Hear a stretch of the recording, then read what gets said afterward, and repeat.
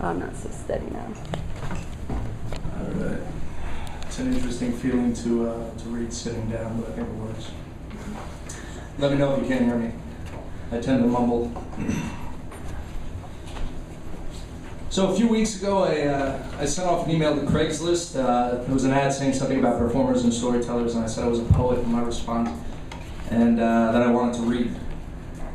A week later, I received a return email, and it was a schedule for performing in May. And then this morning, I woke up to Frank Sinatra singing, because apparently I left the radio on when I passed out drunk.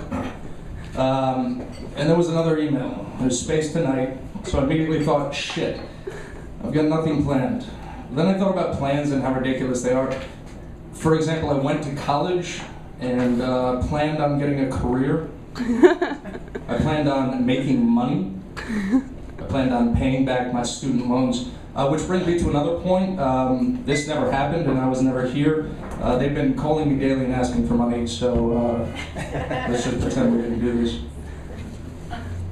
Anyway, this morning I woke up and I showered twice, not because I felt unclean, but because I had the desire to stand in a summer rainstorm. And it was spring and the sky is clear. And the water uncolds after 10 minutes or so, so I showered, smoked a couple of butts with a couple of cups of coffee. I let my hair dry in the wind, and then I showered again. Not sure why this is relevant, but it brings me to my first point. Sundays kick ass.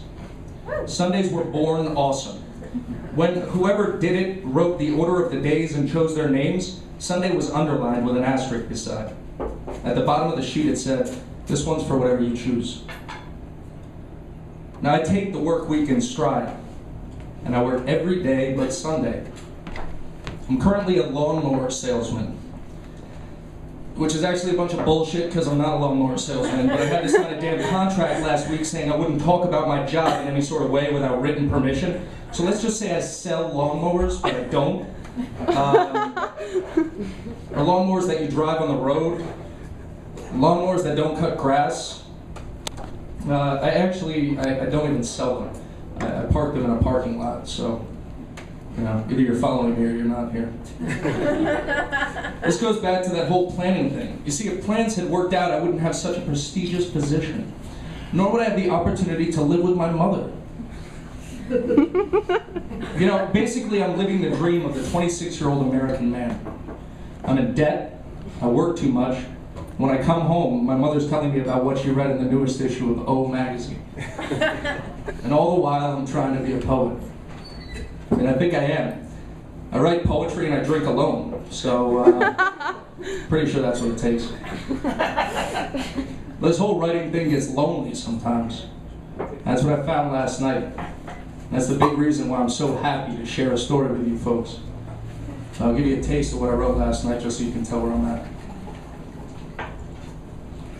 At the start of Saturday night, I embarked on a solo journey to the top of a parking garage. You see, I live out in Jersey. My mountains are made of concrete. The fields are paved, streets and sidewalks. Flowers bloom by becoming the faces of strangers who don't dismiss, friends I might never have the time to know.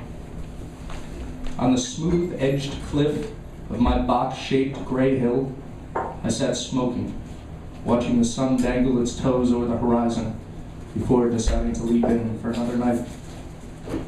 Then I followed suit. On my way home, I spent my pockets empty for a bottle of whiskey so I'd have some company, so I wouldn't be alone in the vast darkness of night, where anything can happen, and often does. So I put a few cubes in a glass. I poured and sipped. That's more like it. Chilled lips and a heated throat. I'll have another smoke. Sounds of cricket chirps echoing off the face of the moon. Of things I still haven't seen. It's an insect symphony. The start of spring. Maybe it's just a drink, but I think I hear applause. It's the shaking of the leaves. I want to yell out loud to add my statement of gratitude. Fuck it, I'm going to do it. Woo! Take that, Mike. Thank you. My yell was actually a whole lot louder, and when I did it, I saw the neighbor's lights go on, so I went inside immediately after. Then I went inside, and since I was drinking, I found myself drunk. And often that's how my story goes. I was able to delight for a moment still in being what I am, in being a writer, in being one taking a chance, and though maybe missing out on something, going for a big goal which my heart cannot let go. And my goal is to share my words. Who knows? Maybe I can bring an extra smile to the world that wouldn't have been around had I not done so. And doing what I love to the best of my abilities might be all I'll ever do right. See, there's another side to this story, and I think I might be hiding it. So I'll tell you all now so you know. You see, it's been a really rough week. My grandfather's sick. He's 91. It's one of those folks I never thought would go.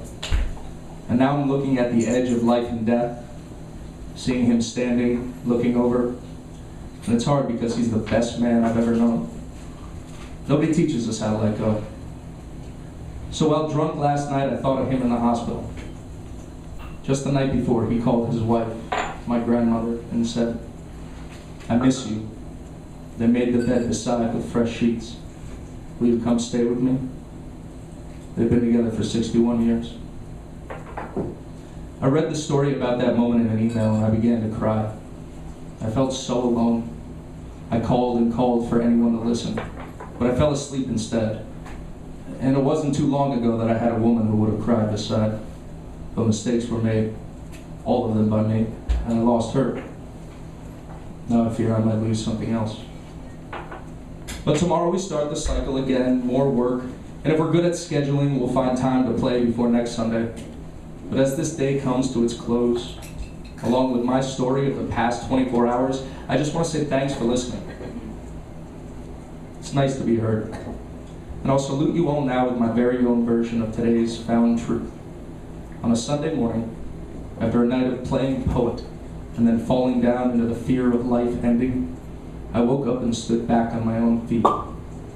Then I sat around drinking coffee, and I showered a few times, thinking about my mistakes, my dreams, feeling the loss of love and death, drawing with hope between the lines during this rare moment of free time. And maybe there's nothing more to do. So I'm glad I had this chance. I'm glad you all were here to listen. And I hope everyone out there takes a chance and follows a dream, or at least tells someone sometime how you really feel. You know what? Do whatever the fuck you want. That's what Sundays are born for.